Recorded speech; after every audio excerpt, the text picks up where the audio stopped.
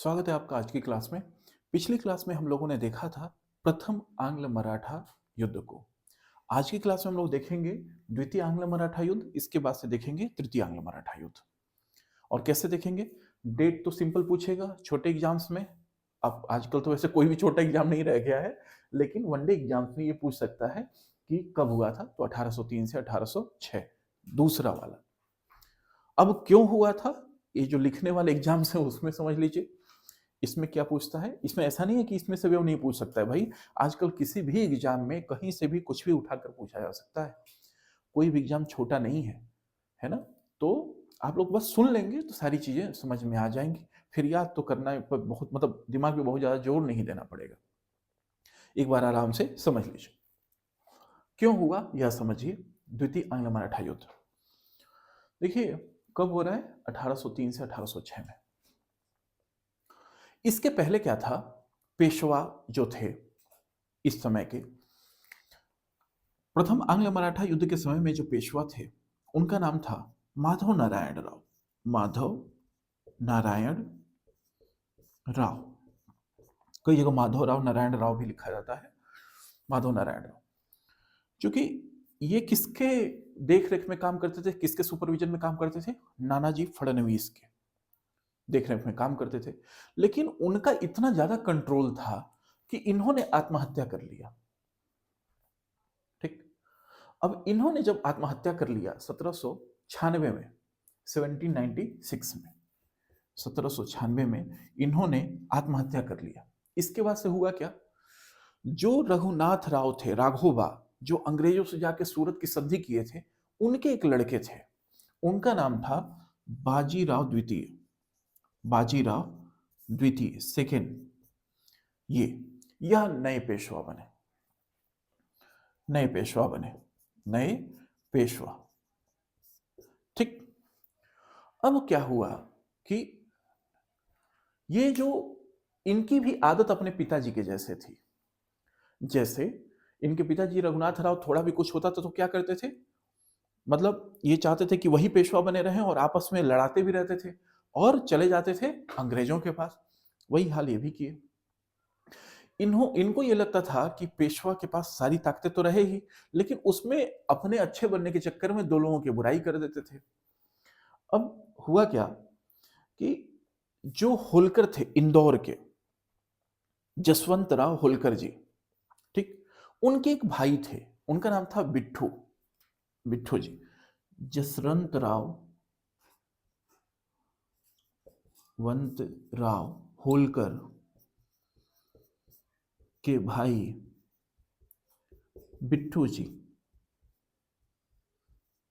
बिट्ठू जी होलकर, यह आए थे पूना पेशवा के यहां। मतलब कहां पर? इनके यहां, इनके दरबार में।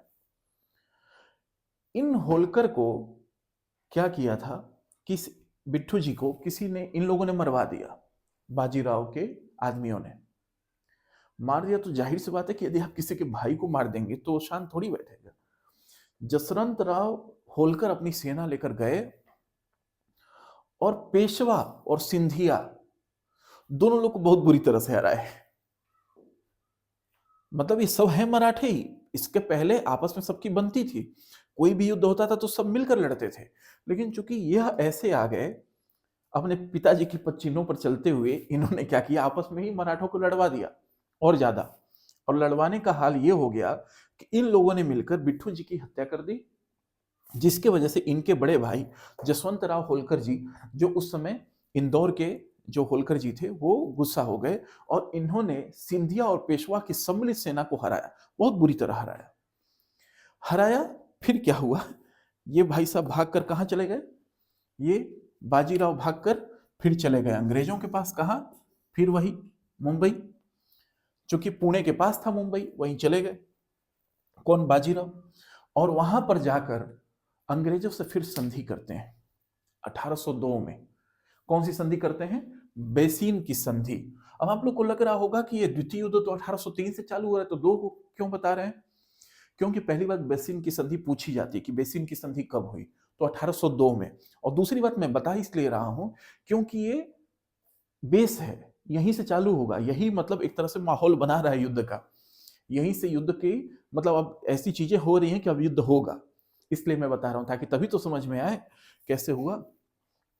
अब क्या हुआ, बेसिन की संधि हुई, किससे किससे, देखिए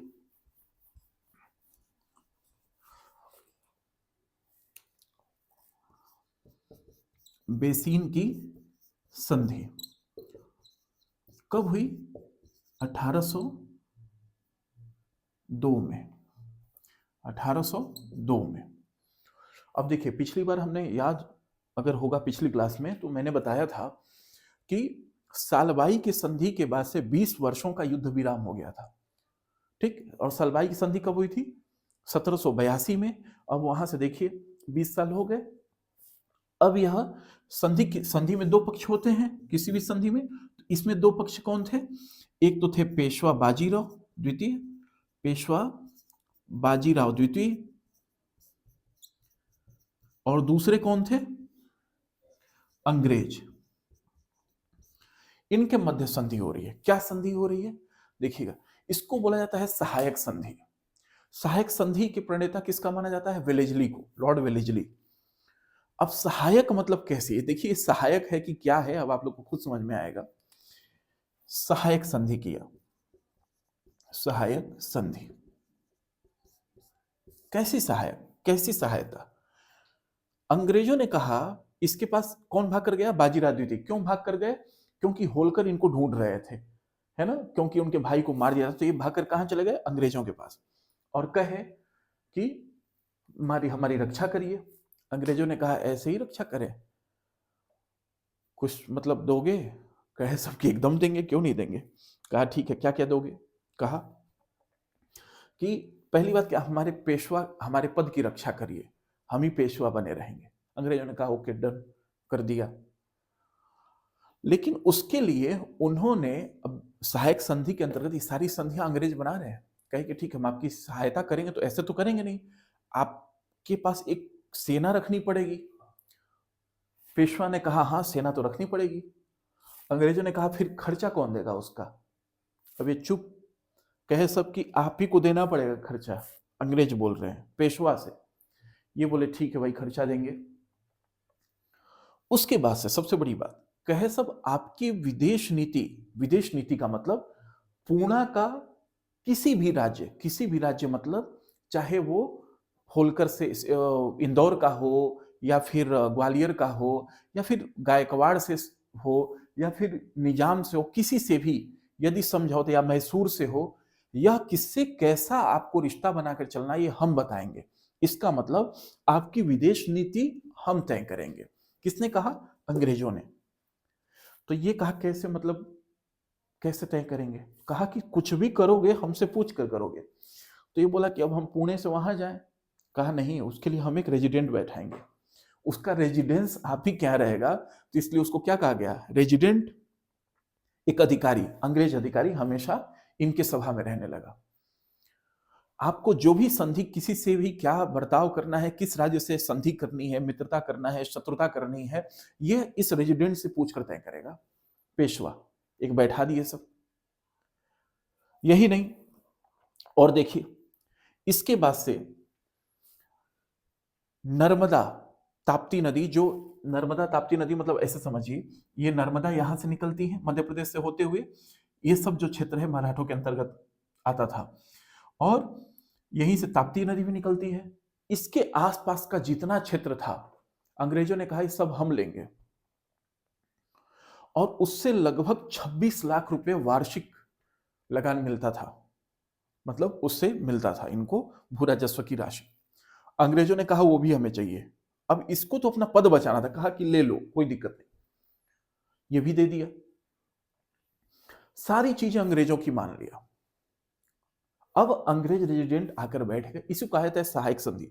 बाद में हम लोग जब आगे मॉडर्न हिस्ट्री पढ़ेंगे तो देखेंगे अवध के साथ भी अधिकतर यही हुआ, सहायक संधि कर दिया वेलेस्ली ने, ऐसे ऐसे कई क्षेत्रों के साथ किया, आगे हम लोग पढ़ेंगे उसको। तो सहायक संधि में यही कहता था कि हम आपकी सहायता देंगे आपके राज्य की रक्षा के लिए, है ना। लेकिन वो राज्य की रक्षा क्या, वो अपना पैसा कमाते थे सब, क्योंकि सेना रखते थे, उन्हीं से खर्चा भी लेते थे। रख दिए सब सेना, इसका खर्चा भी दे रहे थे, 26 लाख रुपए भी दे रहे थे, महत्वपूर्ण क्षेत्र भी दे दिए, कई सारी चीजें कर दी अंग्रेजों से, और हर एक काम रेजिडेंट से पूछना पड़ता था। अब कोई भी आता था जाता था, रेजिडेंट सब कुछ नोट करता था, नोट इन द सेंस कि ध्यान में रखता था, कौन आ रहा है, पूछता था भाई कौन है, क्यों आया है। अब इसका भी दिमाग खराब कि यार ये तो हमने गले में जबरन की एक फांसी लगा ली, क्यों ही किया मैंने संधि। अब बाद में मराठे कहे कि चलो अब ऐसे तो काम नहीं चलेगा, क्योंकि धीरे धीरे एक एक क्षेत्र जा रहा था उनका। अब जब जा कैसे रहा था, आप देखिए कि जैसे यहाँ का क्षेत्र ले रहे हैं नर्मदा ताप्ती का, तो वो भी तो किसी न किसी मराठों के अंतर्गत ही आता था। वो मराठे जो जान की बाजी लगाकर किसी तरह से लिए थे, उस क्षेत्र को अपने अंतर्गत अपने क्षेत्र में मिलाए थे, वह धीरे धीरे पेशवा दे रहा है, सब मिले बात किए। अब ये कह रहा है बाजीराव द्वितीय कि हम भी बहुत परेशान हैं इन अंग्रेजों से, ऐसा लग रहा है जैसे सर पर भूत नाच रहा हो।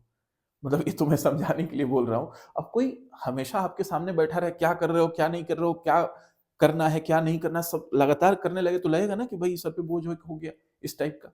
ऐसे ही इसको लगने लगा। अब इसके बाद से क्या हुआ, तीनों मिले और कहे कि एक काम करते हैं, क्यों ना हम लोग अंग्रेजों से अब लोहा लेते हैं, क्योंकि अब तुम्हारे बाद हम लोग का नंबर आएगा, तो पहले ही अंग्रेजों को हराते हैं।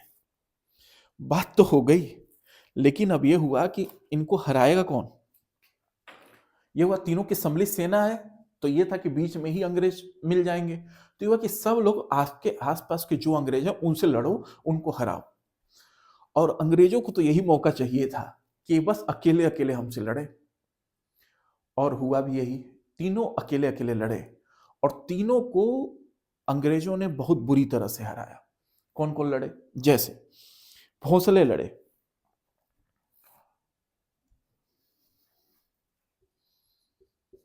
भोसले अपने क्षेत्र में लड़े, सिंधिया लड़े,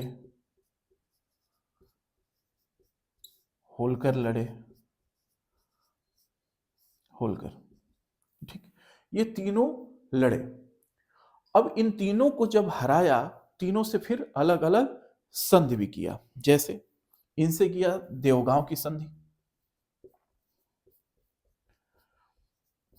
देवगांव की संधि, ठीक। सिंधिया से किया सुरजी अर्जन, अर्जन गांव की संधि। एक गांव था, उसी के पास में लड़ाई हुई, तो वहीं पर ये संधि हुई, तो इसलिए इसको सुरजी अर्जन गांव की संधि करते हैं। और तीसरा होलकर को हराया, तो इसको राजपुर घाट की संधि हुई, घाट की संधि। कब हुआ, तो ये दोनों 1803 में हुए या 1805 में हुआ, ठीक। 1803, कई जगह पे 1804 भी दिया हुआ है।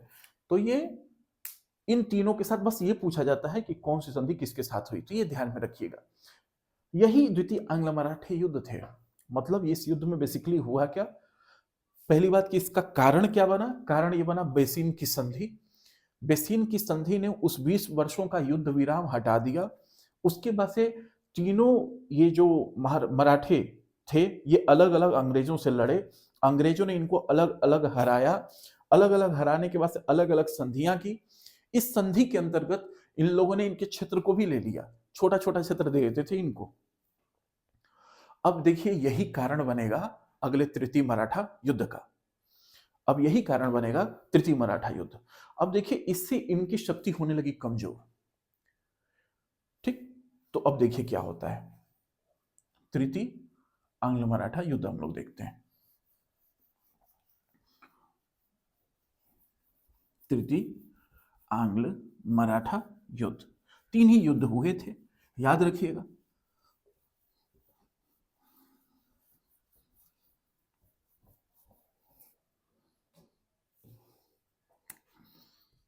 तृतीय आंग्ल मराठा युद्ध, थर्ड एंग्लो मराठा वॉर, ठीक। तीसरा कब हुआ था, 1817 से 1818। यह समझिएगा क्यों हुआ।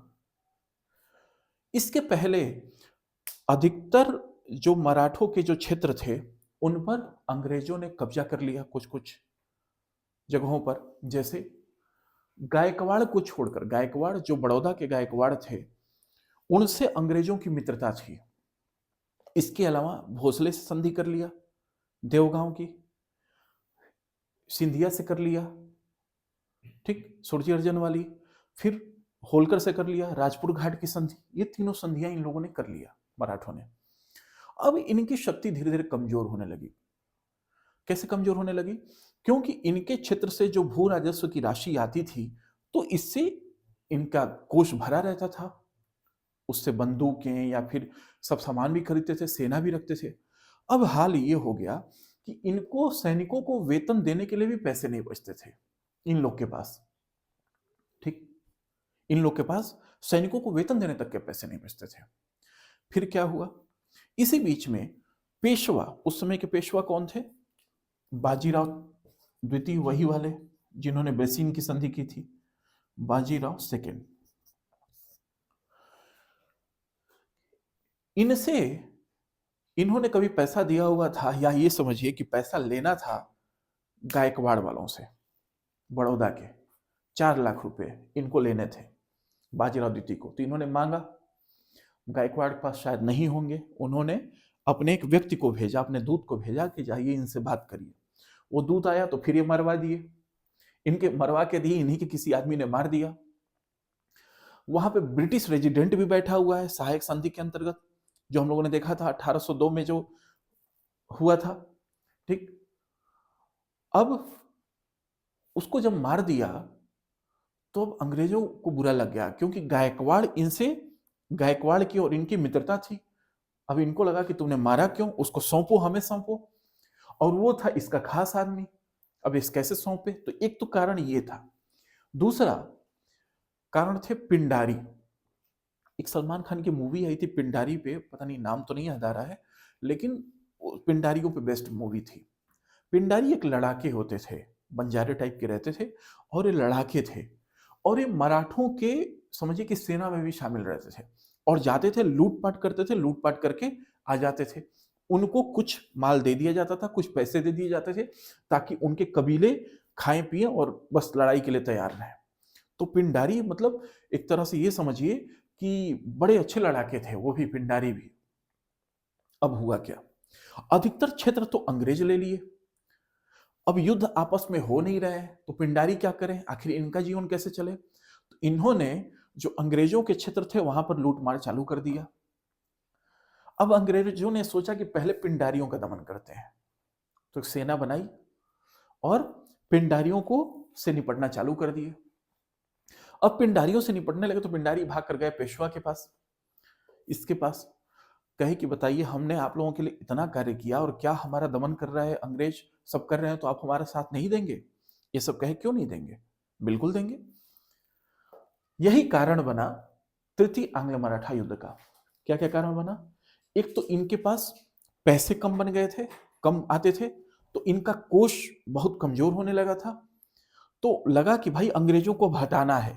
अब ये भावना आ गई थी पेशवाओं के अंतर्गत, पेशवा के अंतर्गत। दूसरा, पिंडारियों का दमन कर रहे थे अंग्रेज, क्योंकि पिंडारी इनके ही आदमी थे, अब इनका दमन कैसे सहें? तो ये तात्कालिक कारण थे। अब इन लोगों ने मिलकर अंग्रेजों से गए लड़ने। अंग्रेजों के पास वैसे ही उस समय मैसूर भी जीत लिए थे उनके पास, आगे हम लोग पढ़ेंगे मैसूर। तो मैसूर जीतने के बाद से भी बंगाल से पैसे आ ही रहे थे, मैसूर से पैसे आ रहे थे, इनके कुछ क्षेत्रों से इनको पैसा मिल ही रहा था, ठीक। अब ये सब सारी चीजें जब इनको मिलने लगी, फिर हुआ क्या? आपस में फिर युद्ध किए। अब युद्ध किए तो आपको परिणाम समझ ही लीजिए क्या हुआ होगा।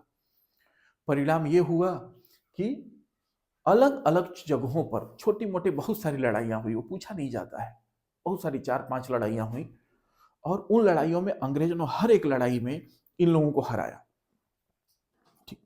हराने के बाद से अब सोचे सब कि ये जब तक पूना में पेशवा रहेगा तब तक कुछ ना कुछ उंगली करता रहेगा, तब तक कुछ ना कुछ ये लड़ाई लड़वाता ही रहेगा। अंग्रेजों ने इनको उठाया और कहा कि आइए आपको ले चलते हैं, और लेकर चले गए सब कानपुर। कानपुर के पास एक गांव था पहले, अब तो बड़ी जगह हो गई है, बिठूर। बिठूर में गंगा किनारे बैठा दिए सब, कहे सब कि अब देखते रहिए यहीं से। और कहे सब कि पेशवा का पूरा जो पद और उसकी सारी चीजें वो भी हटा दिए सब, पेशवा संघ भी हटा दिए, मराठों का पेशवा संघ ही नहीं रहेगा। कहा कि पेशवा नाम की चीज एग्जिस्ट ही नहीं करती, आप मराठों के कोई सरदार नहीं है, बैठिए पेंशन लीजिए, बस उसी में खुश रहिए। इनको भेज दिए सब। एक तरह से पूरे क्षेत्र पर अब किसका कब्जा हो गया? अंग्रेजों का। लेकिन क्या जनता सपोर्ट में थी अंग्रेजों के? नहीं, जनता तो फिर बगावत तो करने लगी धीरे धीरे। अब जनता से पूछते हैं सब कि एक बात बताओ, हमने किसको हटाया? कहे सब पेशवा को। तो कहे कि ये किसका बनाया हुआ साम्राज्य था? तो कहे सब छत्रपति शिवाजी महाराज का। तो कहे सब कि फिर एक बात बताइए, क्या ये छत्रपति शिवाजी महाराज के बाद कौन हुआ? उन्हीं के वंश। तो साहू जी तक तो बता दिए सब। साहू जी के बाद से कौन आया भाई? तो पेशवा। कहे सब देखिए, असली तो छत्रपति थे ना, ये तो पेशवा हैं, इन्होंने तो खुद ही छत्रपति के पावर को हड़प लिया। ठीक। अब कहे सब कि एक काम करते हैं, ये पेशवा का गलती से छत्रपति का पद ले लिया था, हम फिर से छत्रपति को बैठाएंगे और उन्हीं के छत्रपति शिवाजी महाराज के एक वंशज थे, उनका नाम था प्रताप सिंह, उनको छत्रपति बनाकर और बैठा दिए सब, खूब लोगों से जयकारा लगवाए सब। अब लोगों को भी लगा कि नहीं नहीं, हमारे छत्रपति तो बन ही गए। छत्रपति भी खुश कि चलो, हमको तो कोई पूछता नहीं था उस समय, अब हम छत्रपति फिर से बन गए। इवन आज भी उनकी वंशावली चलती है, उनके यहाँ के लोग हैं। ठीक है, तो उनको छत्रपति बना दिए सब। अब लोग भी शांत हो गए, लोगों की जिज्ञासा भी शांत कर दी, जो आक्रोश था वो शांत कर दिए और इनको तो भेज ही दिए। अब इन पूरे भारत के, समझिए कि दक्षिण भारत के, मैसूर उसके पहले उन लोगों ने जीत लिया, और पूरे दक्षिण भारत, मध्य भारत, इस पर किसका अधिकार हो गया? प्रत्यक्ष रूप से अंग्रेजों का, है ना।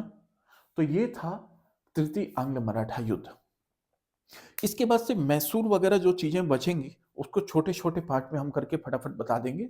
फिर हम लोग चलेंगे अंग्रेजों की आर्थिक नीति, अंग्रेजों की सामाजिक नीति, अंग्रेजों की धार्मिक नीति, किस तरह से उनका प्रशासनिक की, ये सब सारी चीजें क्या थी, किस तरह से चीजें बदली, उनको पढ़ते हुए फिर हम लोग आएंगे भारत के स्वतंत्रता संग्राम की तरफ, कांग्रेस का गठन, और इस तरह से पढ़ते हुए फिर हम लोग मॉडर्न हिस्ट्री को समाप्त करेंगे। तो आप इसको एक दो बार पढ़ेंगे, सारी चीजें समझ में आ जाएंगी, चीजें रिकॉल हो जाएंगी। रटने के भाव से मत पढ़िएगा, स्टोरी के भाव से सुनेंगे तो सारी चीजें याद हो जाएंगी, एग्जाम में बैठेंगे क्लिक हो जाएगा क्वेश्चन, है ना। तो ये थी आज की क्लास, आज के लिए इतना ही। Thank you so much.